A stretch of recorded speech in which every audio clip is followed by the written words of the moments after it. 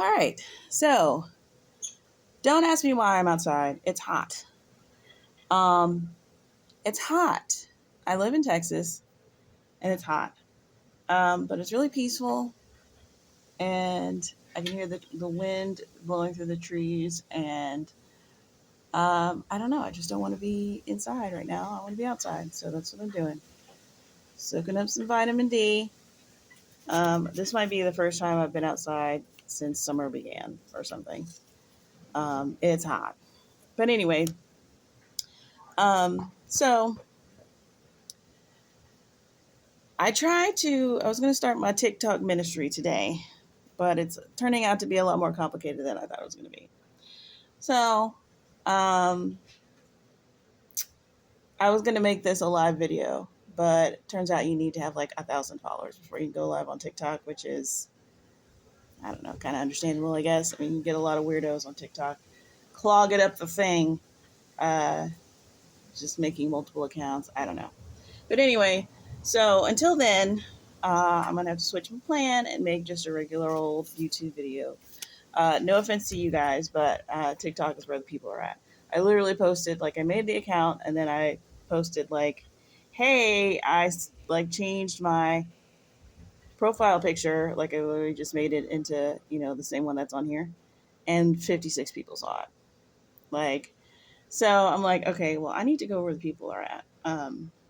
No offense to y'all. But, anyways, so I was going to talk about a couple of things that I don't know. Maybe I should have did a little bit more research before I just launched into this thing, because I'm literally going to talk about sin. That should only take about 5 minutes, right? So I was going to talk about sin because I feel like I haven't talked about it. It's very important for me to talk about these things so that you can understand them. No, but seriously, like, I feel like no one's having like a real conversation. I mean, as real as the conversation gets, it still tends to like sort of bounce over these uh, lanes in the middle that may or may not be clear to everybody. And so um, my brain just got to percolating about sin and just how we conceptualize it and just broadening the concept for people, because I think people tend to think that this stuff theologically is about finding the right answer. And there is some of that, but a lot of it is just uh, being in the ballpark of the right answers. Because this whole thing is quite vast and um, intricate, and you're only one person. That is the garbage truck. Don't mind him. He's doing his job. Um, so this is not meant to be comprehensive. It's supposed to add to a universal, uh, lifelong, humanity long, wide conversation about sin. And maybe it's just, having the English degree and being in the humanities. It's very uh, easy for me to conceptualize, like, let's just talk about this stuff forever. You're never going to get to the bottom of it. And people don't think that way about theology, even though theology is in the humanities too.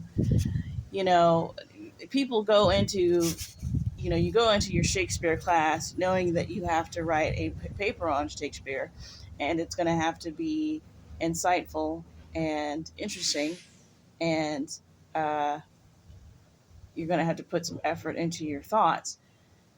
But it's in no way supposed to be comprehensive of all Shakespearean ideas. Like, so just having written just a crap ton of papers to graduate, like, everything that I'm saying is not meant to be, I'm not being a pastor right now. I'm not being a teacher. I'm not being an authority figure. I'm having a conversation. And this is part of the reason why people don't seem to have relationship with God. It's like you're not even having conversations about the things of God, which are probably the most interesting things there are in the world. So if you're just worried about like if he's okay with you smoking weed, like that's just, I don't know how many results that's going to yield. Like there's a big book in there and it's filled with a lot of really really cool things, and if you just have no intention of diving in and chewing on things and pondering these things, because I mean for every once in a while, like it's very common for people to get together and yeah, once the party dies down, or maybe you're outside, you're looking at the stars or whatever, and then you venture off into some depth. I mean, everybody knows what that is like. It's just like that. So I don't know why I went off on that, but anyways, so the one thing that I wanted to get across, yeah, I should have did my Bible study before I started. Maybe I'll do a part two. But the one thing I wanted to get across is like sin. People think about sin in terms of their uh, their what do you call it? It's like your report card of your good behavior and your bad behavior, and maybe you know the report card is the villain here because we it gets us on this path of thinking of things in this way, of charting progress and productivity and monitoring bad behavior and all of this stuff. And is there a time and place for it? Okay, fine. But there's multiple things going on with sin. It's not just, oh, you got a bad mark, or you got a check mark, or you got a whatever. Now you got to go sit in the corner. Um, First of all, there's the sin that affects each other. And that's kind of the one primarily that we are concerned with. We're concerned with um, stealing and murder and lying and having affairs and all of these things that affect people around us. And then maybe on a lesser level, the way that you treat somebody or the harsh word. And, when we get to heaven, we're going to be able to see that harsh word that you gave, or that time that you laughed at someone else's expense, and then they ended up never, you showed them a drawing and you laughed at it, and then they never drew again, which means it's never happened and they never got to do. And you that there is something to that. I mean, and you seeing your actions spreading out exponentially, like one degree, 2 degrees down to 30 degrees. I mean, that is real, and it's overwhelming to think about. We should probably think about it more, but yeah, that just in and of itself is very compelling. It's not just about God is looking down at you and going, "Shame on you! You know you're not supposed to do that." It's like every less than perfect thing that we do is rippling out and affecting other people.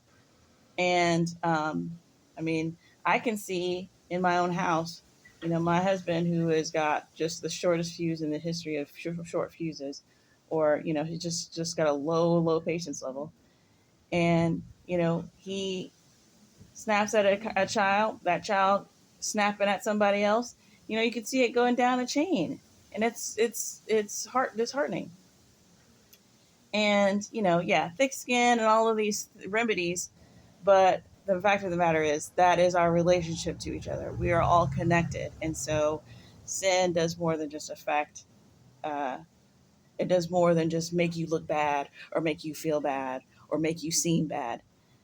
That's very self-centered, which again is also part of the sin package. So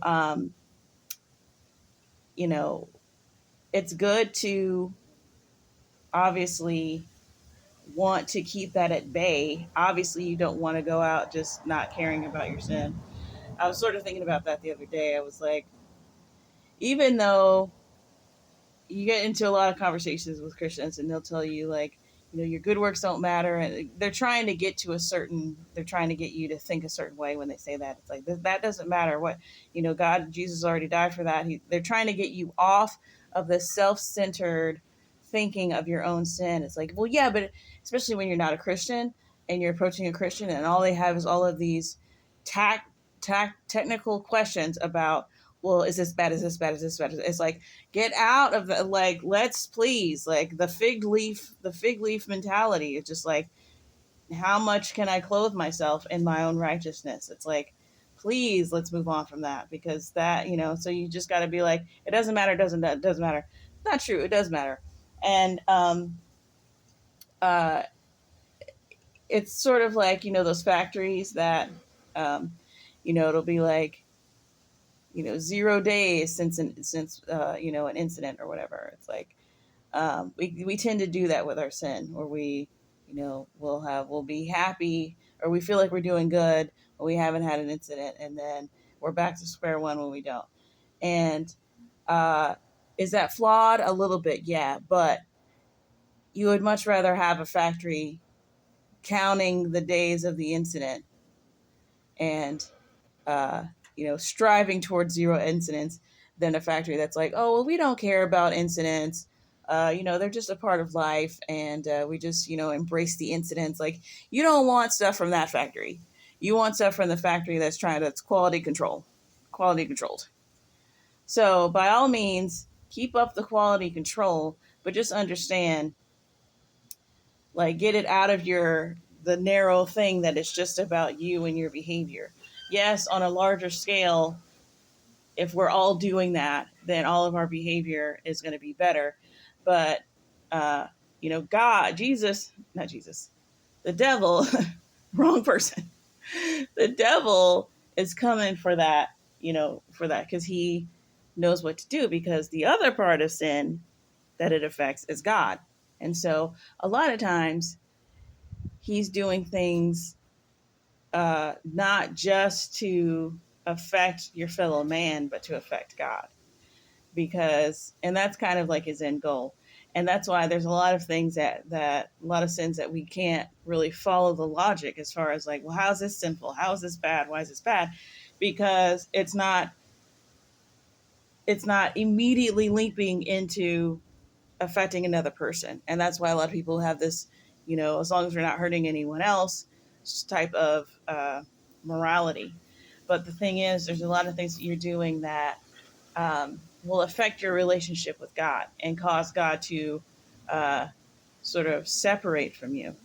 And so, um, and if you don't know those things because they are in the Bible and you haven't read it, A, or B, I mean, that's basically it. It's all in the Bible. Most of that stuff is in the Bible, and it's not just read the manual, go to part 6, chapter 6, part A and B, where it states, it's like you have to read the whole thing and get all of the different parts. Just like on this, in this my channel, I have repeated myself. I know that I've repeated myself multiple times, but it'll be in a different context, because what I'm trying to say is in here. It doesn't have words yet to it, but it's in there, and I have to use my brain to get it out here, but it exists. And is it spiritual? Is it what? I mean, I guess suppose it has to be. It's invisible. It's not material. So I suppose it has to be spiritual. And so as it's coming out, it's getting more verbose, it's getting more complex, it's getting more intricate, and it's tying with other things that I've been saying. The Bible is the same way. So it's not just in one spot. It's not, the rules to Monopoly. It's not. You have to read the whole thing. That's why you can get people that'll get caught up on this verse, and somebody will be like, yeah, it also says this. And it's not that it cancels those things out. It adds on to the ideas so that you can get a more full picture of that idea. And sometimes you'll read one verse and you'll be like,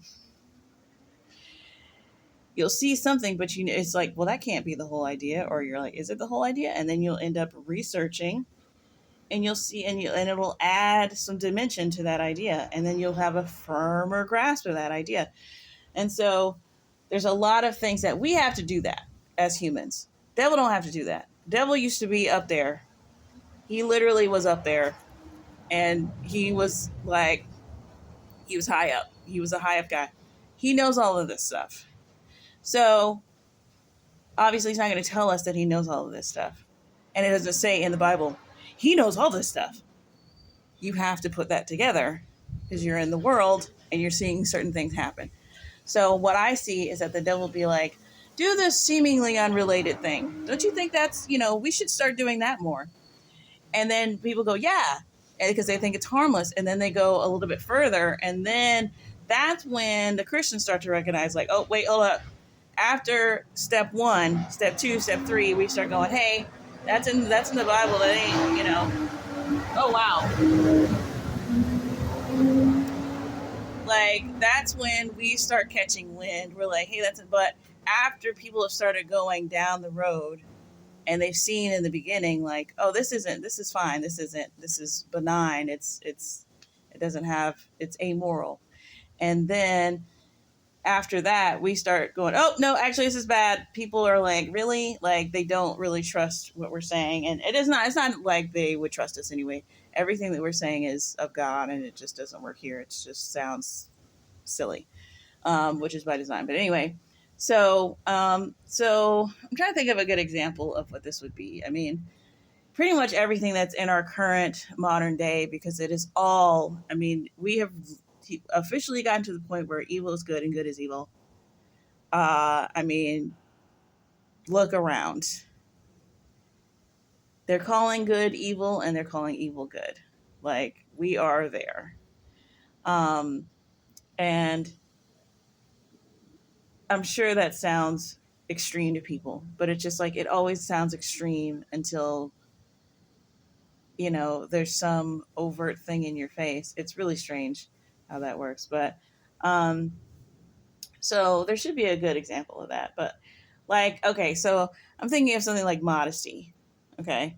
Like, I don't know, somebody would probably say that this isn't modest right now, but it's 100 degrees and blah, blah, blah. I can come up with a lot of excuses as to why I'm wearing my immodest dress.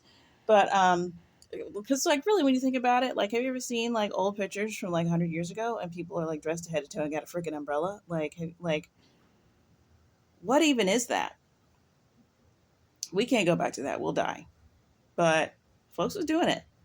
Everybody was doing it. Dudes was wearing like dark suits, like whatever. Anyways, something like that.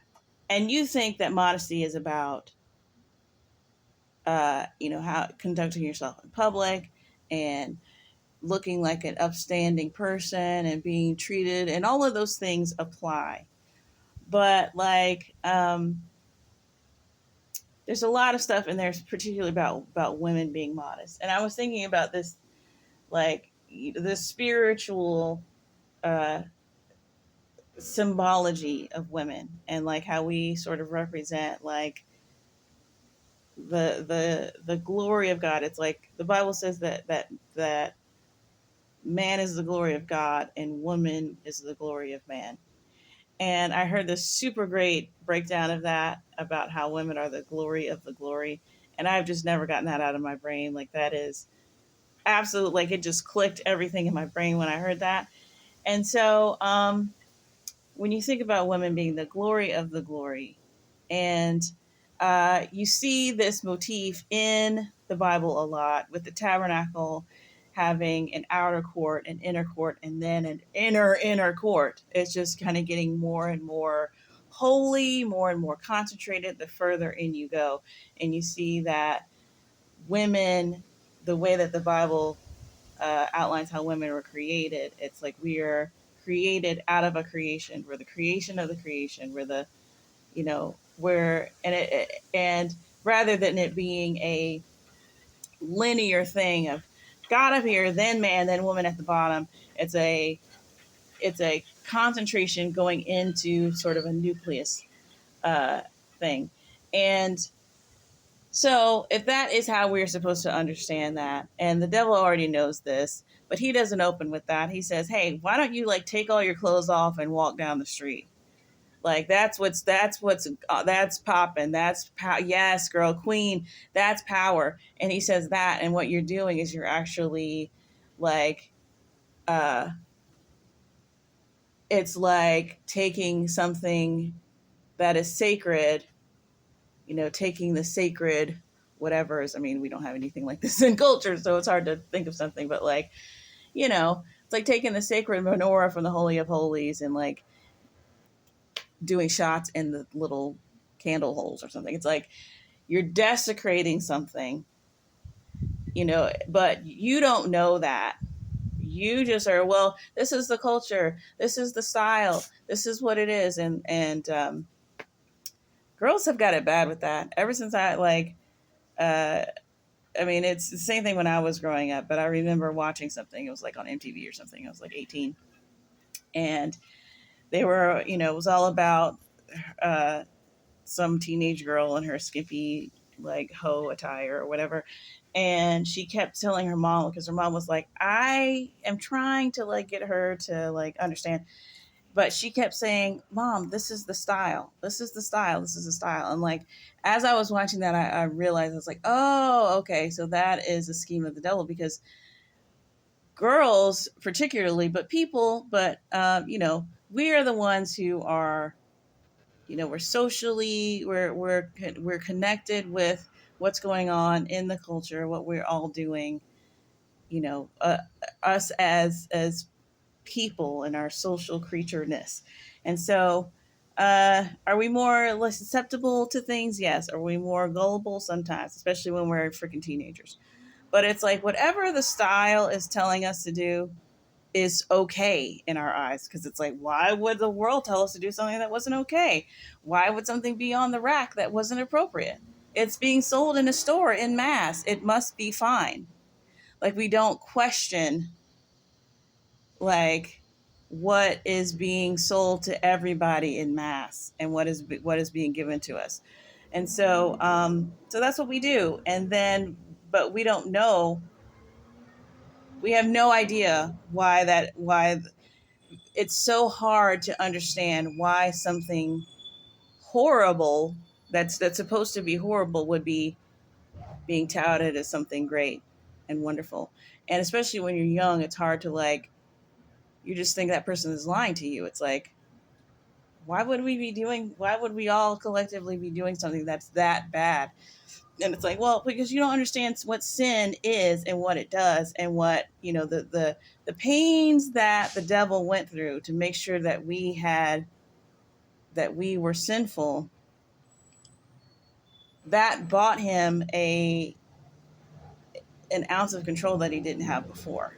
So it's like he went through great pains to make sure that we had a sin nature, so that he could do certain things, because we we still are created in the image of God. He can't come and say something just overtly bad, typically. I mean, it depends. For most people, he's not going to be like, hey, you want to go murder somebody? We're going to be like, no. Or he's like, hey, you want to go, let's, you want to ruin the next generation for whatever? And we'll be like, no, he can't say that. Because that's what he wants to do. He wants to ruin the next generation for what? So that they are ineligible, incapable of accepting God. And then, maybe the cherry on top is to make something in his image, which is basically just, ha ha, God, suck it, with his, in a heart. Like, he doesn't even have any ideas except for God sucks. Like, that's his aesthetic. It's just like, taking something that God has and then putting, like, graffiti on it and then calling it a masterpiece. Um, so yeah, that's what, sin is doing more than just. So when you sin and you think, well, I just messed up a little bit, or, is God really just, like, God the Father can't be around anything unholy. The only thing that is allowing him to be able to is the sacrifice of Jesus. That's even allowing there to be no barrier between you. So that gets overlooked a lot too. And then also, think about every last, just like these garbage trucks that are picking up our collective garbage, where are they taking it? Where are they taking it? Are they taking it someplace so that it can be evaporated into thin air? That'd be nice. No, that junk is not going anywhere. Plastic is not. Your diapers are still there in some form. My kids' diapers are somewhere in some form right now, and that's a horrifying thought. But we don't have to think about that. We just move on. We clean our houses, and we tell ourselves that we're clean people.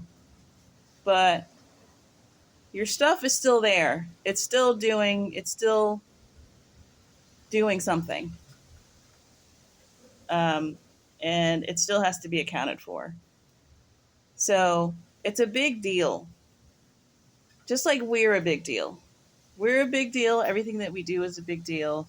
And we lose sight of that. Another good tactic of the devil is just to make everything not a big deal. You're just, um, you know, matter floating around in space. All of this is a random accident. Anything he can do to get you to just not think that anything you say and do is a big deal, and that nothing is eternal. You're gonna die someday, and um, let's not think about what happens after that, but just so live it up and do as much as you can. And everybody collectively having those ideas is causing bad things to happen. It's causing bad things to happen. And when bad things happen, it causes God to resist you. The Bible says that God resists the proud.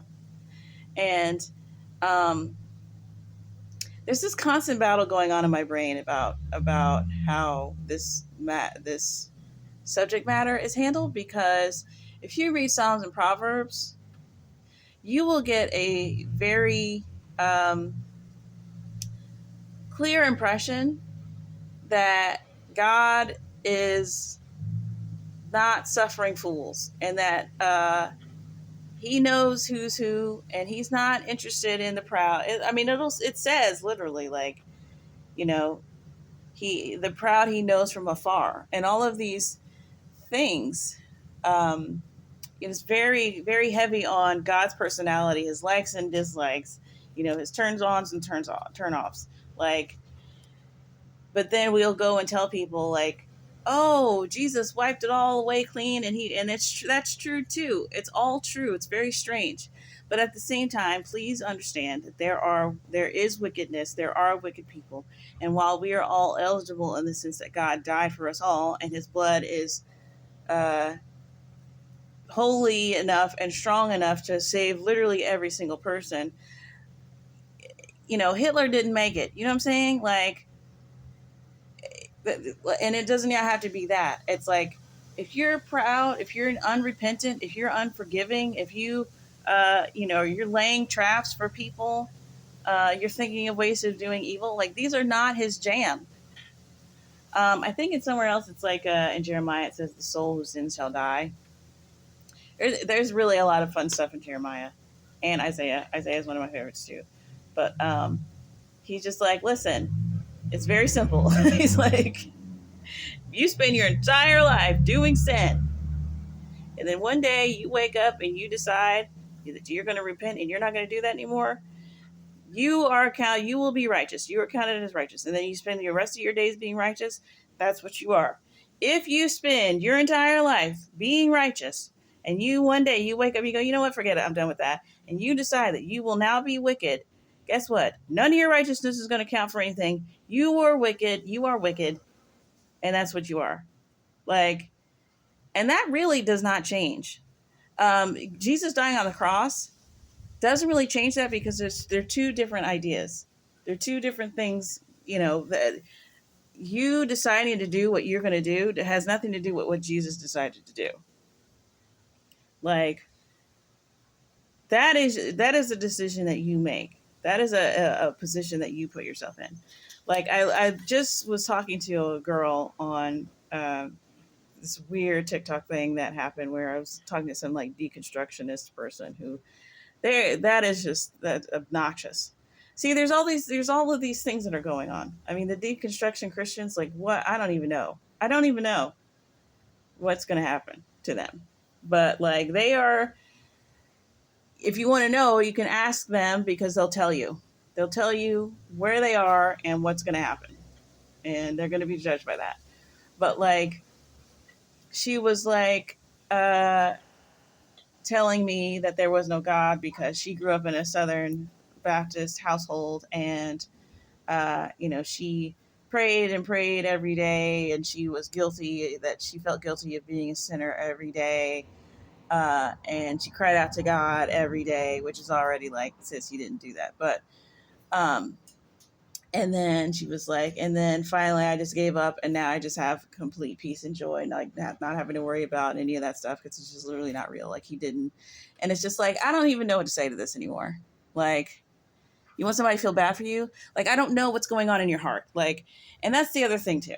Like, so much of this sin, so much of like what we're worried about, or how do we're worried about it. We don't know what to do. We don't know how to remedy it. We have people talking to us or telling us, oh, God will forgive you. Oh, Jesus paid it all. Oh, you can't lose your salvation. And you're like, yeah, but.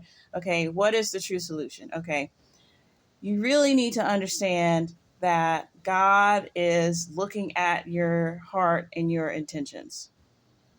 And this is why I said that I probably should have done a study. I might stop it because I'm at 30 minutes already.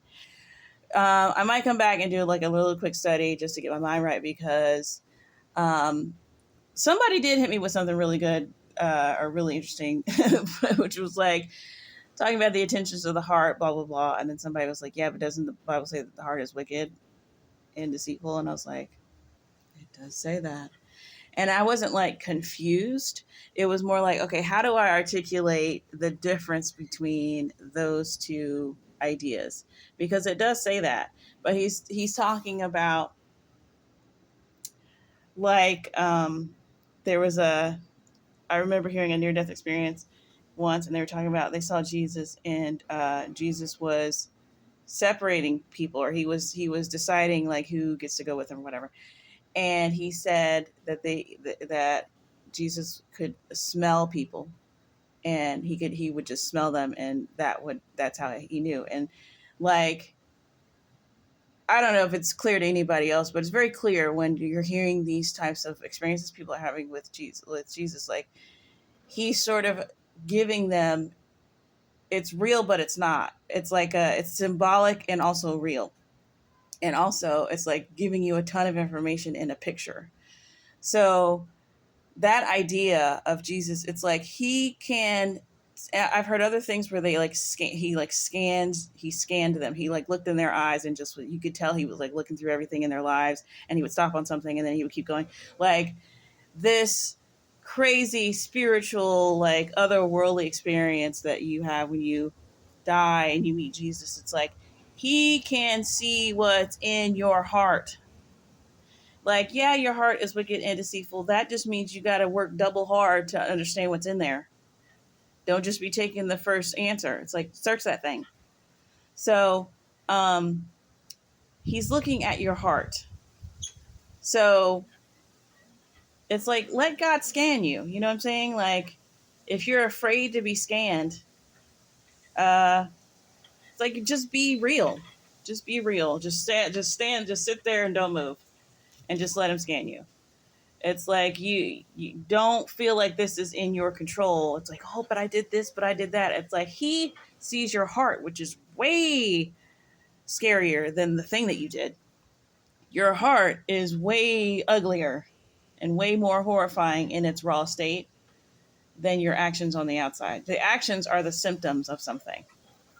So you cleaning up your symptoms and sort of like suppressing the symptoms, it's like, that's not, I mean, it's doing something, but it's not, it's information. Don't get me wrong, it's information.